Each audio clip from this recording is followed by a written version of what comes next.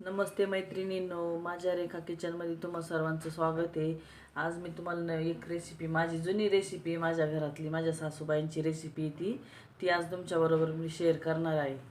तर मला ही भाजी नव्हती माहिती, पण माझं लग्न झाल्यापासून माझ्या घरामध्ये माझी सासूबाई नेहमी करायची। त्याच्यानंतर मीच शिकले ती रेसिपी, तर मी आज तुम्हाला दाखवणार आहे। चला तर मग आता मी कारले इथं स्वच्छ धुवून घेतले, त्यानंतर अशा 4 खापा केल्या, मध्यम कापले 4 खापा, उकडले मी ते उकडून घेतले, त्याच्यामध्ये चिंच टाकली उकडायला। तर मग आता आपण कारले साईड ठेवू आणि काय काय घेतलं ते दाखवू। काय काय साहित्य घेतले ते मी तुम्हाला दाखवते। इथं मध्यम आकाराचे 2 कांदे घेतले मी, मध्यम छोटे तंबाटे असल्यामुळे मी 2 घेतले। थोडेसे कढीपत्त्याचे पानं आहे, 1 इंच अद्रक आहे, 5-6 लसणाच्या पाकळ्या आहे, हा इथं गूळ आहे, आपला काळा गूळ आहे, गावठी गूळ म्हणता याला। त्यानंतर शेंगदाण्याचा कूट टाकणार आहोत आपण थोडासा, 2 चमचे। चला तर मग आता आपण गॅस चालू करू। तर मी आता इथं कढई ठेवली आहे, त्याच्यात तेल तापायला ठेवलं आहे मी।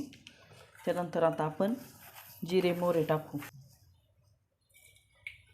आपण इथं कढीपत्ते टाकू। कढीपत्ते टाकल्यानंतर कांदा टाकतो आपण।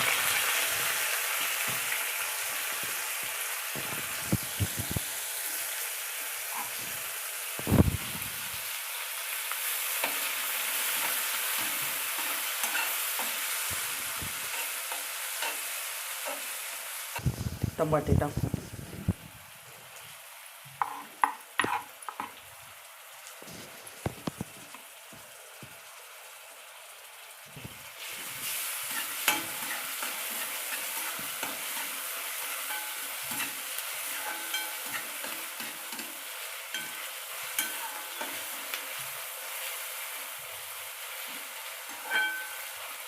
त्याच्यानंतर आपण इथे थोडा हिंग टाकणार आहोत, जास्त नाही टाकणार आहे आपण, थोडासा टाकणार आहे, अगदी 1 चिमूटभर। पण आता हिंग टाकणार। एवढी भारी रेसिपी नाही, तर कोणाला तरी कारला जर आवडत नसेल ना, कारल्याची भाजी, तर ही भाजी आवर्जून खाणारच।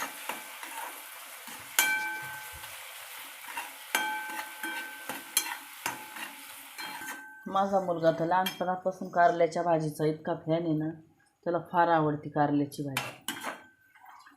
आमचे आहो तर खातच नव्हते, पण आता ते पण खायला लागले। आता आपण लसूण आलं टाकू।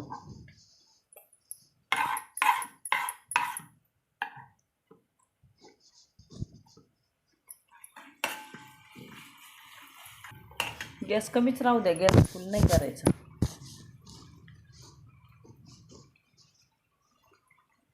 तर आता आपण इथं या स्टेपला आपण याच्यामध्ये काही मसाले टाकू आपण।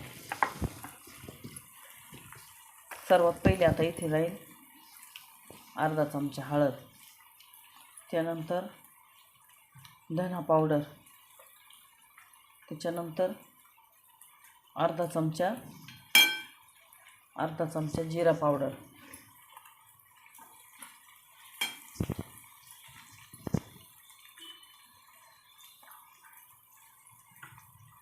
त्यानंतर लाल तिखट आपलं 1 चमचा,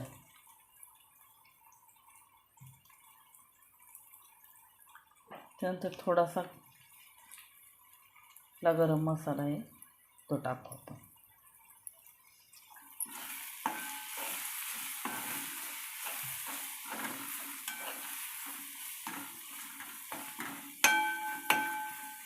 ती छान चव येईल ना, तुम्हाला अजिबात असं म्हणणार नाही की कारल्याची भाजी खूप छान।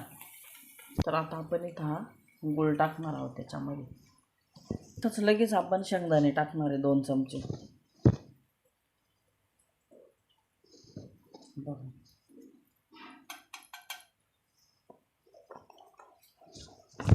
ते आपण आता एकत्र करून घेऊ।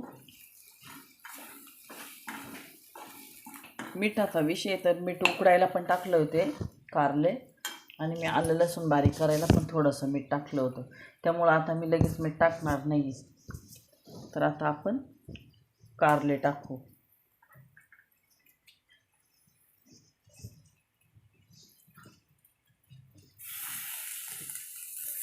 गॅस कमीच राहू द्या.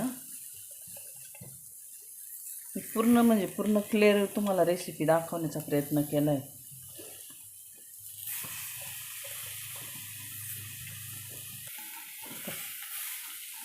कोथिंबीर आपण नंतर टाकणार आहोत.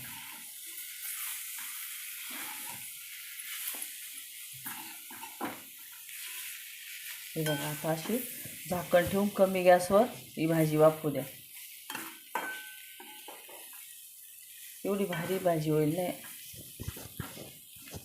चला तर मग आपण झाकण ठेवू. बघा मसाल्याचा कसे एकजीव झाला आहे, किती छान दिसतंय बघा. आता आपण एक 5 मिनिटासाठी झाकण ठेवू याच्यावर. चला तर मग आता आपली भाजी तयार आहे का बघू आपण. वाव, बघा आपली भाजी तयार आहे. आपली भाजी तयार आहे. बघा रंग बघा किती छान आला आहे. बघा भाजीचं टेक्स्चर बघा, एकदम भारी दिसते अशी भाजी ना. तेवढी चविष्ट पण आहे, स्वादिष्ट पण आहे. बघा भाजी तुम्हाला जवळून दाखवू का मी भाजी. बघा,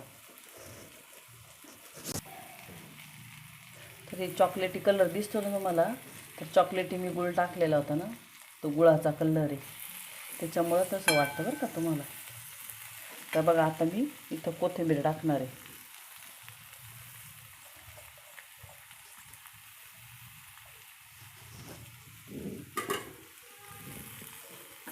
एकत्र करून घेऊ. आपला गॅस बंद करू.